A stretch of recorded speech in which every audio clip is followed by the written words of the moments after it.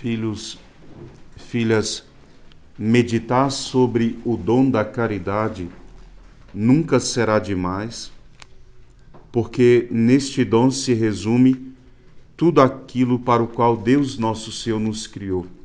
Deus nos criou para amá-lo e experimentar do amor dele. Deus é amor. Quem medita profundamente sobre o amor e descobre aquilo que deve ser vivido, esse encontrou a felicidade. O amor é tudo. Como diz o santo, o amor a si mesmo basta. Ele é a fonte, ele é o manancial. Quem tem o amor tem tudo. Quem não tem o amor não tem nada e já está morto. Qual é o grande problema do amor? É colocá-lo na ordem devida, partindo da fonte até chegar ao manancial. Como nós hoje estamos confusos quanto ao amor. E o amor pode ser a fonte da nossa salvação e ele pode ser também a fonte da nossa condenação se ele não for ordenado como deve ser. Por isso o amor é uma força muito grande. Ele é maior do que a própria morte. Ele pode dar vida a um ser, mas se alguém não o compreende, ele pode ser a causa da destruição desse ser. Tanto é verdade que alguém é capaz de dizer, eu matei por amor. Alguém diz, por que você fez isso? Por que você escravizou aquela pessoa? Por que você colocou aquela pessoa num cativeiro e viveu 30 anos, aquela sua própria filha no cativeiro, como um homem fez num país da Europa? Ele colocou a própria filha dele num cativeiro e ele teve vários filhos com a própria filha dele, né, e manteve ela em cativeiro durante anos. E alguém pergunta por quê? É porque ele a amava. Quando o amor não é compreendido na sua ordem dada por Deus, ele pode ser uma fonte de destruição. Uma pessoa pode viver escravizada pelo amor de alguém. Alguém que a faz muito mal, mas alguém pode ver a vida inteira dominada. E se alguém pergunta por que você se submete a tudo isso, a resposta é porque eu amo. O amor roubou a liberdade dela, o amor roubou a vida e ainda assim ela está lá, mendigando aquelas migalhinhas que caem da mesa, né, ou do coração de quem ela ama. Por isso o amor é belo, o amor é tudo, é Deus. Mas se ele não é compreendido na sua ordem verdadeira, nós podemos fazer coisas terríveis em nome do amor. Por isso hoje o que eu queria meditar é exatamente isso, sobre a ordenação do amor, a ordenação da caridade. Como nós devemos compreender esta ordem do amor para que, ao oferecer, ele gere o fruto esperado. Primeiro que nós já ouvimos na palavra de Deus hoje, deve-se, em primeiríssimo lugar, amar a Deus sobre todas as coisas. E o Senhor coloca exatamente como amá-lo, com toda a mente, com todo o coração, com toda a força, com tudo aquilo que nós temos. Por que Deus? Porque ele é o princípio da felicidade. Se o amor tem como fim nos levar à felicidade, Deus é a felicidade e por isso ele deve ser amado por si mesmo. Deus não deve ser amado por aquilo que ele pode fazer, como hoje muitas pessoas pensam. Eu amo a Deus porque Deus me dá isso, me dá aquilo outro, me dá aquilo outro. Deus não deve ser amado em primeiro lugar por isso. Isso é aquilo que Deus pode fazer fora dele. Deus deve ser amado por aquilo que ele é em si mesmo. Aquilo que ele é. Deus é digno de ser amado simplesmente porque ele é Deus. Ele é o amor em si mesmo. E todo aquele que ama, independentemente de crer ou não nele, está de algum modo manifestando algo de Deus. Não existe um amor que seja possível fora de Deus. Ou então não é amor. Portanto, a primeira ordem é exatamente essa: amá-lo com todas as nossas forças, mais do que a nós. Por quê? O mandamento é esse: amar a Deus mais do que a si mesmo. Porque nós só podemos participar do amor. Nós não podemos ser ele. O amor é Deus. Nós só podemos participar do amor de Deus. Portanto, ele é mais digno do que nós. Nós amamos mais a Deus do que a nós mesmos. Somos participantes dele que é a fonte. A palavra diz de todas as forças, todos os modos possíveis de amor. E aqui eu gostaria de dizer alguns modos possíveis de amar. O primeiro deles é o chamado amor penitente, que é aquele amor que repara a ofensa que nós fazemos ao próprio amor. Quando nós reconhecemos que Deus nos ama e cometemos pecados contra o amor de Deus, o primeiro modo de dizer a Deus que nós o amamos mesmo é exatamente este modo, com o reconhecimento de ter ofendido ao amor e sentir a necessidade de repará-lo, restituir o amor, chamado amor penitente. Nós, quando ofendemos alguém que nós amamos, nós não ficamos bem, nosso coração sofre. Seja o nosso pai ou mãe, ou nosso esposo, quando nós ofendemos alguém que nos ama, o nosso coração sofre. E o primeiro desejo que vem no nosso coração é, de alguma forma, reparar ou pedir desculpa. Se nós formos um pouco orgulhosos, nós não pediremos diretamente a desculpa, mas faremos ali algum agrado para ver se a coisa volta ao normal. Porque o orgulhoso não tem coragem de pedir perdão, mas ele sempre faz um agradozinho para tentar ver se repara aquele amor. Mas, de todo modo, o sentimento que nasce do coração de quem ofende a quem nos ama é exatamente isso, tentar reparar, o amor penitente. O amor de conformidade é o amor que faz com que nós queiramos, porque Deus é digno de ser amado, querer amar como Ele quer ser amado. Portanto, obedecer os mandamentos, porque Ele diz: me ama aquele que obedece os meus mandamentos. Então, uma prova de que nós amamos a Deus, a palavra diz, é obedecendo os seus mandamentos. Por isso, alguém que ama a Deus de todo o coração sente muito sofrimento quando vê que não é capaz de obedecer os mandamentos de Deus, ou quando o mundo ofende os mandamentos de Deus. Porque Deus, sendo digno de ser amado, Ele é digno de ser obedecido. Porque a ordem é amar, adorar, servir a Deus. Servir a Deus é exatamente isso, viver os seus mandamentos.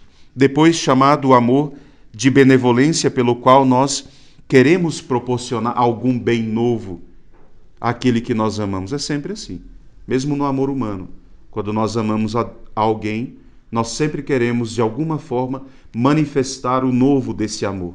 Então, a cada dia, nós buscamos na criatividade, que o amor é criativo, como dizia São Maximiliano, nós buscamos na criatividade algo novo para oferecer a quem nós amamos. Às vezes, no apetite daquela pessoa, então, algum alimento novo, não é? Alguma mudança na casa, algum modo de me portar diferente. A mulher se arruma para o seu marido, o filho busca um agrado para o seu pai. Olha, pai, o que eu aprendi, sempre de alguma forma tentando dar algo novo. Agora, Deus em si mesmo não carece de nada novo, porque Ele já é Deus e tem tudo.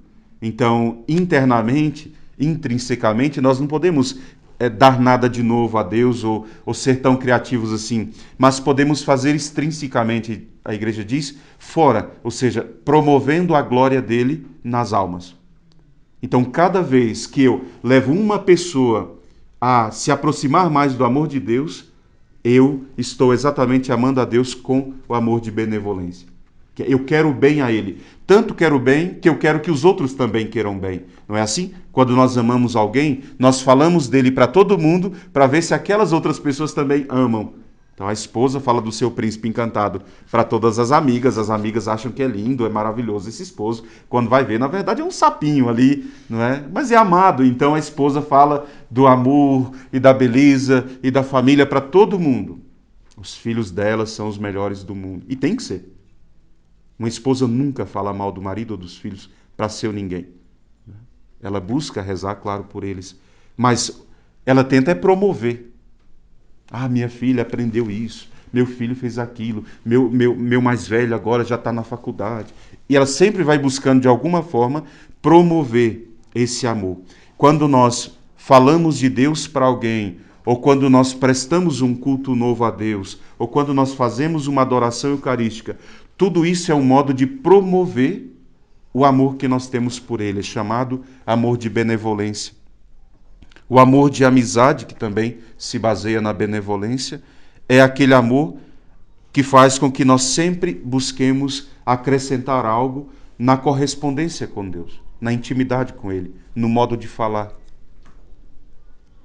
Eu dizia ontem para alguém de um testemunho de Santa Gema Galgani. Santa Gema foi uma menina que amou a Deus com o amor que ele merecia, de todo o coração, e Jesus retribuía. Então ele manifestava muito amor por ela. Só que um dia ela queria conquistar uma alma para ele, de um jovem que era católico, tudo bonitinho, vai na missa como todo mundo aqui. Mas ir na missa e ser bonitinho e ser católico não significa que eu já amo a Deus como ele merece ser amado. Não é? Então ela buscava fazer com que ele amasse a Deus de verdade, não é? E corrigisse os erros. E então ela trava um diálogo com Jesus, tentando convencer a Jesus de dar mais amor para aquele jovem. E Jesus diz, eu vou abandoná-lo, eu vou dar a justiça a ele.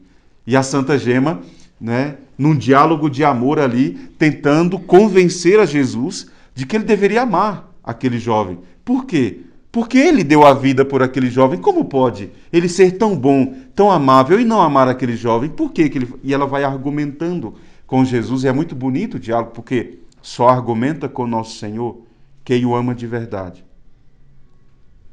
Quem não o ama, quem não se reconhece amado por ele, não tem coragem. Então chega aqui e diz, Senhor, Senhor, me ajuda, Senhor. Senhor, faz isso. Mas não tem coragem de falar com ele diretamente. Olha, Jesus, a coisa aqui é assim, assim, assado. Quem ama de verdade fala abertamente. Quem não ama fala com temor. Falei, eu não posso falar com meu marido diretamente, porque cada vez que eu falo com ele diretamente é um conflito, é uma coisa, então eu fico sempre ali pisando em casquinhas de ovos para falar com ele, para ele não ficar nervoso. Isso não é verdadeiro amor. O amor verdadeiro, ele te dá liberdade de falar. E Santa Gema falava com Jesus com liberdade. Uma vez e Jesus nada. 2 vezes e Jesus nada. E uma hora ela diz assim, Jesus fala para ela, eu vou dar a ele a justiça, porque ele merece a justiça pelos pecados que ele fez. E ela diz, Senhor, não fale assim. Não fica bem alguém que é tão bom e tão amável e faz tanto bem falar uma coisa dessa. Por que o Senhor me ama tanto, então? Já que o Senhor me ama tanto, por que o Senhor me ama tanto se eu sou tão pecadora e o Senhor não ama ele? Jesus está fazendo isso com ela simplesmente para mostrar a ela o quanto ele era bom, o quanto ele era de fato amável e aceitava os questionamentos do amor dela. No fim, quando ela já está desanimando, ela diz, pois então, agora eu já sei. Existe uma outra intercessora que eu vou recorrer. E ele diz, mas quem é? A sua mãe. Aí eu quero ver se você vai negar alguma coisa para ela. Porque ninguém amou mais Jesus do que Nossa Senhora. Mesmo que nós amemos tanto Jesus. Não tem ninguém na face da terra que tenha amado Nosso Senhor de todo o coração, com amor imaculado, como a Virgem Maria o fez. Portanto, a Virgem Maria pode tudo. Ela entra e sai do coração dele quando ela quer. E ele não pode fazer nada. Então ele pega e dá a graça que Santa Gema tinha pedido para ele. E passado pouquíssimos minutos, aquele jovem aparece na casa onde Santa Gema está, e lá tem um sacerdote, e ele se ajoelha e confessa os pecados dele, reconhecendo tudo. Portanto, esse amor de amizade é o amor que me dá direito de falar abertamente com aquele que me ama. Eu amo Jesus e ele me ama. Por que eu vou falar com ele com temor ou com medo de não ser escutado? Mas só tem essa coragem quem ama de verdade. Então, quem ainda reza para Jesus só com a expressão Senhor, Senhor, isso, e tem medo de falar, Jesus, olha, eu te amo mesmo, mas o meu pecado é esse, e eu preciso disso, e é no Senhor que eu vou confiar, então, por favor, faça isso aqui para mim. Esse amor de amizade é um amor que tem faltado muito no mundo, porque as pessoas muitas vezes não têm coragem de entrar na porta da igreja com medo dos seus próprios pecados. A nossa fraternidade quer restituir esse tipo de amor. Mesmo no meio das nossas misérias, nós ainda temos coragem de olhar para Jesus e não desviar o olhar dele. Olhar para ele e com sinceridade. Porque o amigo pode conhecer tudo do amigo e mesmo assim não perde a amizade. Porque o amor é maior do que a miséria.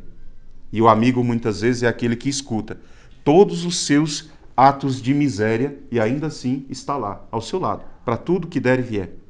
Jesus é assim. Depois o amor de complacência. Esse amor de complacência é o amor mais puro, sem mistura, não tem interesse. Eu amo a ele porque ele é ele. Somente por isso. Ainda não é possível da nossa parte esse tipo de amor. É possível aos santos no céu, porque nós amamos a Deus, claro, com um interesse. Qual interesse? De participar da bem-aventurança dele. Então nós o amamos com certa esperança. Nós o amamos com confiança, sabendo que ele pode nos dar algo que nós não possuímos. Portanto, esse amor que ainda não possui plenamente o amor, ele ainda é um pouco manchado em nós, mas é necessário que seja assim. O amor que é puro amor, o amor que não carece mais de confiança e medo, é o amor dos santos do céu, que já possuem o amor de verdade. Na terra nós ainda precisamos desejar possuir. Então esse desejo santo de possuir o amor em nós, quanto mais for santo o desejo de possuir o amor, mais puro será o nosso amor. Quanto menos santo for, quando eu quiser só ser salvo, saiba, esse é o amor interesseiro. É um amor que não é digno de Deus. Por isso nosso Senhor disse para aquele jovem rico, quer ser salvo? Faça o que eu já mandei lá no Antigo Testamento. Não precisava eu morrer por isso, não é? Bastava obedecer os mandamentos.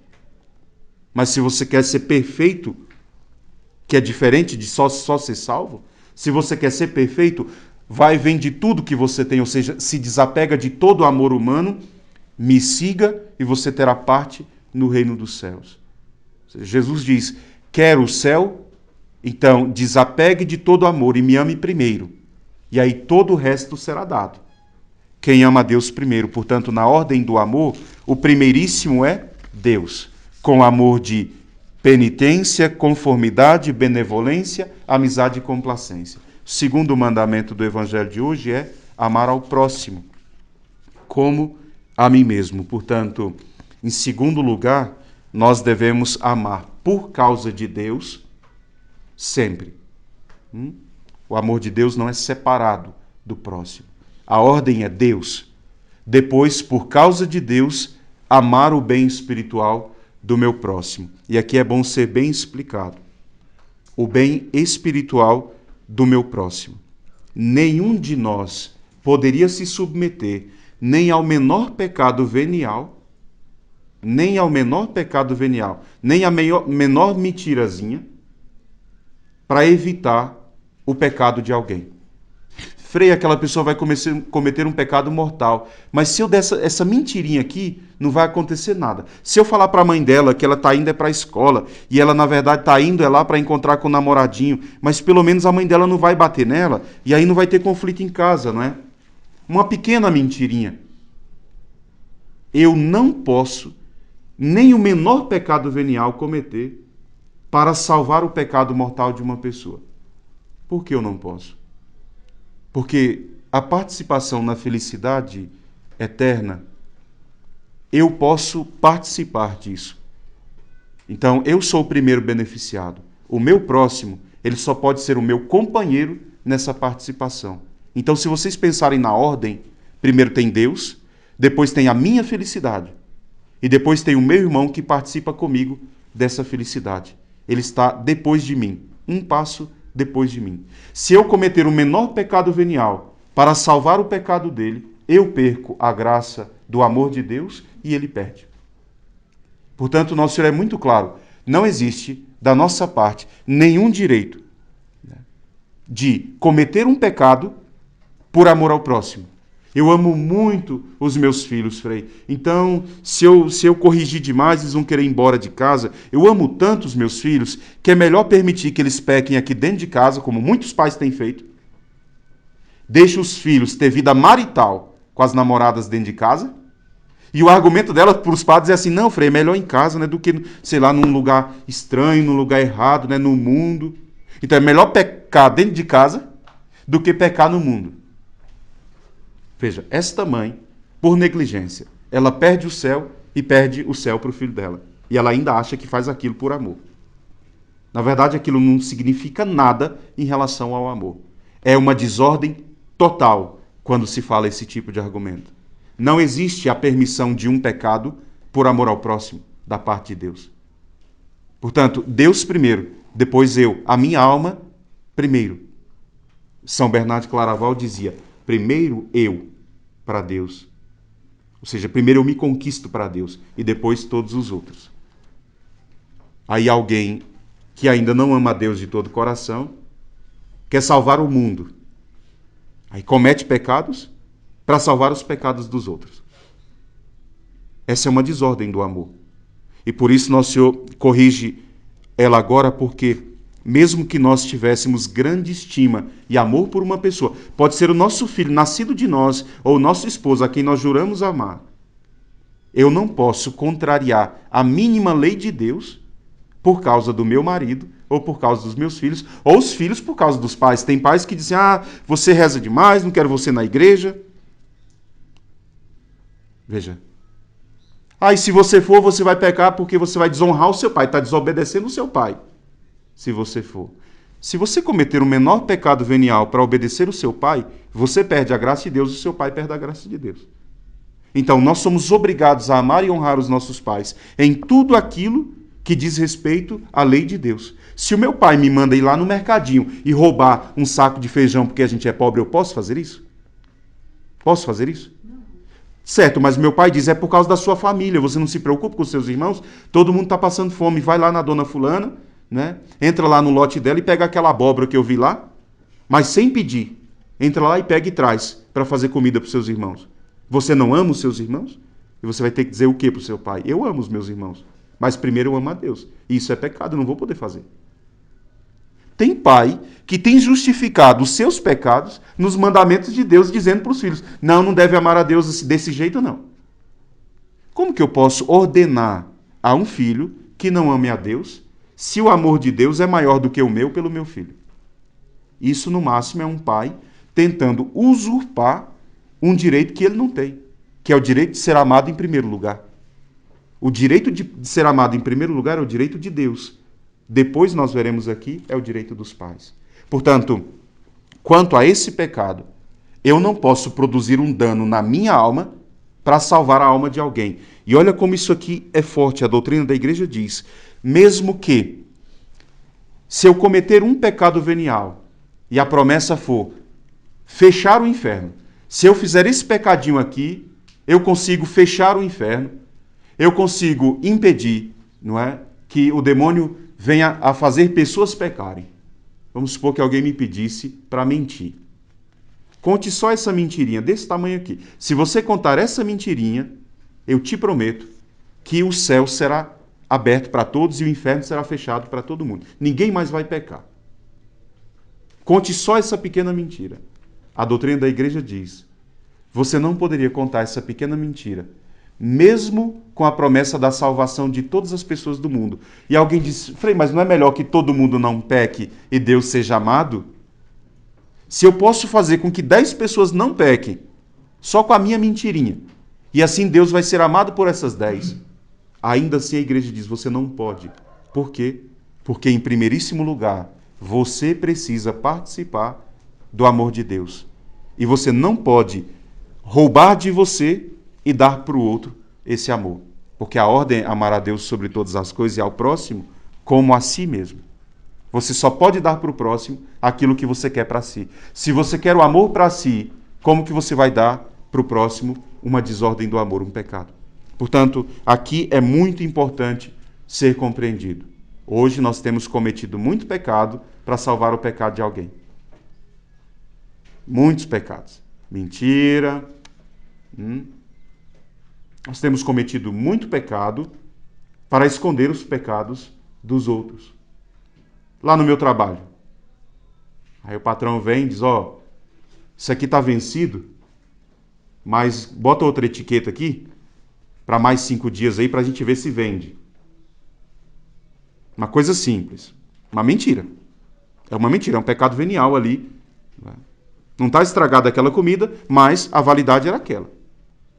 Aí, claro, você vai enfrentar o seu patrão com a verdade. Você vai ter que enfrentá-los. Não, tá vencido já.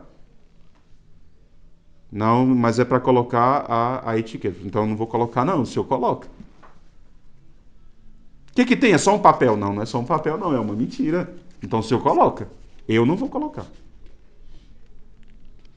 seja, não se pode aderir a um pecado, mesmo menor que seja, para poder salvar um outro pecado. Fazer o bem a uma outra pessoa. Segundo, pela mesma razão se deve amar o bem espiritual do próximo mais do que o nosso próprio corpo. Eu explico. Se, num caso extremo, eu posso fazer o bem a uma pessoa, pode ser o menor bem, e isso infligir um sofrimento no meu corpo e não na minha alma, eu deveria fazê-lo.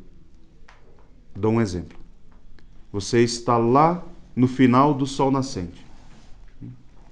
E aí a irmã liga e diz: Vinícius, vem aqui porque eu preciso de você. Tem um jovem aqui, né, que ele está, sei lá, bêbado. E eu preciso que esse jovem chegue até em casa, em segurança. Né? Mas antes eu queria que você passasse com ele na igreja, porque ele pediu para confessar. E eu não posso agora levá-lo, né, lá na igreja. Então eu precisava que você viesse aqui para levar esse jovem para se confessar, porque ele se arrependeu numa situação, um problema que aconteceu, ele se arrependeu de verdade e ele quer mudar de vida e ele precisa se confessar, mas ele não sabe onde é a igreja, só você que sabe, vai lá levar. Você está em casa já. E para chegar de lá aqui você vai gastar aí 1 hora de caminhada porque você está sem dinheiro para o ônibus. Você é obrigado a vir.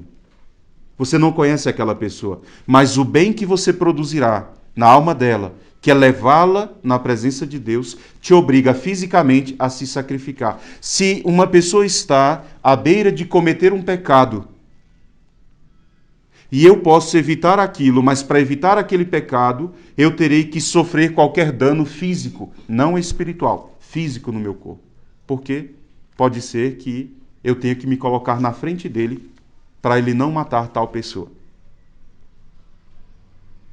A igreja diz: eu posso sacrificar a minha vida pelo menor bem que eu posso causar na alma de outra pessoa, mas eu não posso praticar o menor mal que vai causar espiritualmente o mal em mim para salvar, mesmo que seja a vida do meu próximo. Não sei se vocês entendem. Mesmo que fosse para salvar a vida de alguém, eu não posso cometer um pecado venial. Mas se for para perder a minha vida, para salvar uma pessoa, eu posso fazer. Por que a igreja diz isso? Porque o bem, o maior bem, a participação no amor, ela é espiritual. O físico, ele só participa por comunhão. Mas o maior bem, o gozo, a alegria eterna é uma ação do intelecto. Eu experimento Deus pela visão beatífica. Só depois o meu corpo se alegra. Portanto, o corpo ele é inferior à alma na participação do amor. Eu posso sacrificar o meu corpo por amor a alguém, como os mártires faziam, não é?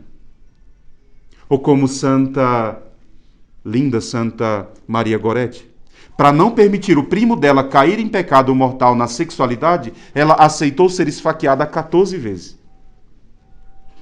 Ela disse: não, não, não. Deus não permite isso. Isso é contra o amor de Deus. E por causa disso ele a esfaqueou. E depois disso, antes de morrer, poucos minutos antes de morrer, ela ainda disse: diga a ele que eu o perdoo. Porque ela não ofendeu o amor e permitiu que ele também não ofendesse. Então, às vezes, para permitir que alguém não ofenda a Deus, você tem que sacrificar um pouco de si. Portanto, aqui a caridade é exigida.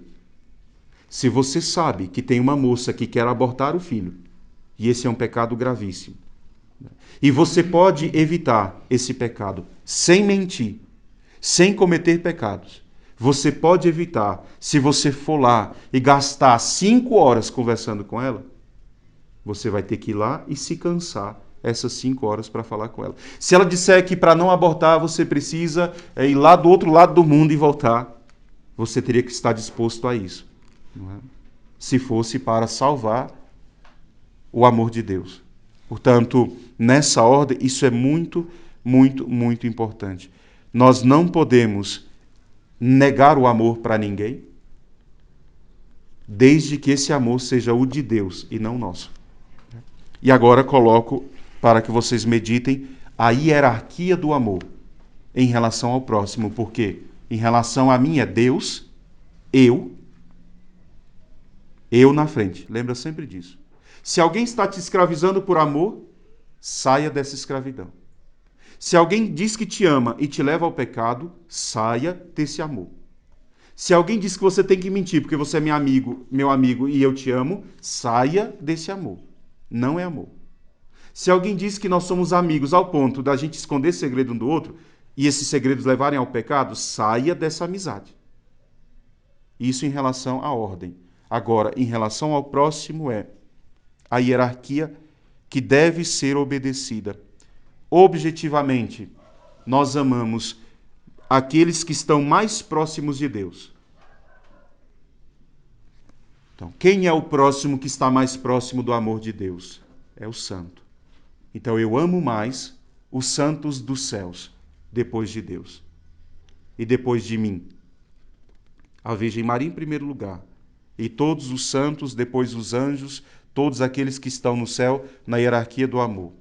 Passando do céu à terra, objetivamente, a Igreja diz, nós amamos os nossos pais. E existe uma ordem aqui, né, em relação aos pais, que era muito interessante no passado e, graças a Deus, mudou. Que no passado, na Idade Média, se pensava que somente o homem ele tinha o germen ativo na geração de um filho, que a mulher simplesmente recebia o filho. Então, numa relação do marido e da mulher, o homem coloca o filho dentro do ventre da mulher, que o acolhe, e esse filho nasce. Então, na Idade Média se dizia assim, primeiro nós amamos os pais e depois amamos as mães. Porque o pai, na ordem que eles entendiam, era o princípio da vida. E a mãe era a receptora da vida. Então se amava primeiro o pai e depois a mãe. Eu disse que graças a Deus isso mudou porque se compreende, na verdade, que carece, não é, dos dois para que o filho seja fecundado. Não é só que o homem introduz o filho. O órgão da mulher tem o óvulo que tem que se abrir a ele e tem que fecundá-lo. Então os dois são ativos. Por isso hoje a igreja diz, se ama os pais, pai e mãe. Não existe essa história de filho amar mais a mãe do que o pai. Subjetivamente, pode existir essa ordem em nós. Mas objetivamente se amam os pais e se obedecem os pais, pai e mãe. Depois do pai e da mãe, a quem nós amamos? Amamos os nossos benfeitores. São os nossos benfeitores. As pessoas que nos fazem bem por amor de Deus. Pode ser o nosso padrinho de batismo, que se preocupa muito conosco e cuida de nós. Pode ser uma pessoa que Deus colocou na minha vida para ser instrumento dele. Pode ser uma pessoa que ninguém conhece, uma pessoa que não é da minha família, que foi quem me levou para Deus e eu tenho grande amor por ela. E não é assim que nós fazemos geralmente. Nós preferimos amar as pessoas a quem nós fazemos bem, porque elas nos agradecem. Então eu amo depois dos meus pais, ou às vezes até amo antes dos meus pais. Por exemplo, nós temos aqui a fraternidade, ela é linda. Deus nos deu essa pequena comunidade que tem crescido no amor, tem crescido na esperança. Então nós nos amamos. E aí pode ser que alguém aqui diga, eu amo mais a fraternidade do que o meu pai e minha mãe, porque meu pai e minha mãe não estão nem aí para mim, a fraternidade me ama muito. E lá eu posso ser livre, lá eu posso servir a Deus, eu posso ser alegre. Eu diria, a ordem está errada. Você tem que amar o seu pai e sua mãe primeiro. Depois você tem que amar os seus irmãos, os seus benfeitores. Nesse caso seria a fraternidade. Depois, aqueles a quem você faz bem. Se você trabalha com a equipe das crianças, as criancinhas que você cuida. Se você cuida de Jesus na liturgia, então você cuida de Jesus na liturgia. E os seus irmãos que te ajudam. Mas entendam sempre a ordem, porque a ordem de Deus não vai ser mudada nem hoje, nem nunca. Só no céu existe uma pequena mudança dessa ordem do amor. E já concluo. Na terra é isso. Depois de amar esses beneficiados, nós amamos os inimigos.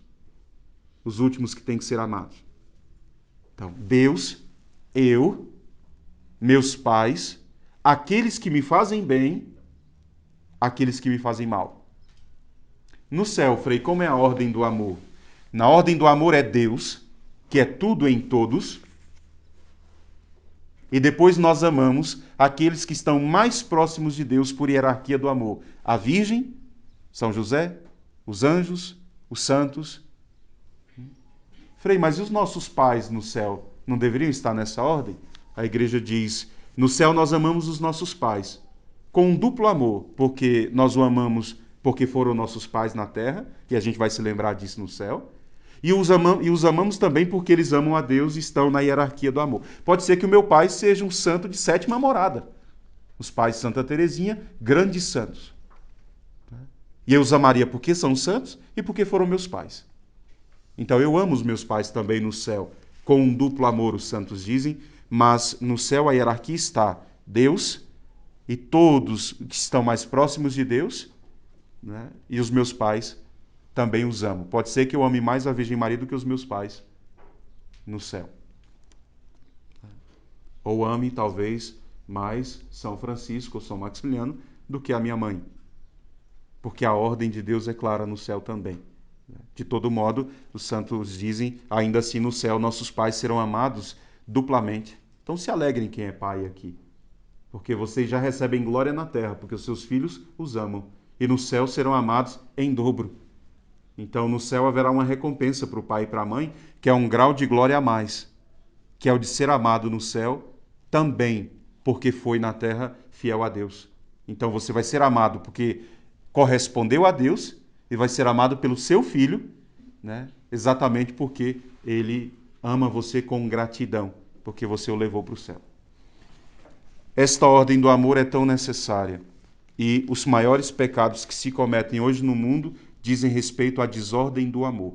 Se nós recolocarmos o amor no lugar dele, tudo volta a ser o que Deus quis. E tudo volta a encontrar a paz que o nosso coração deseja. Louvado seja nosso Senhor Jesus Cristo. Para sempre seja louvado e a sua mãe, Maria Santíssima.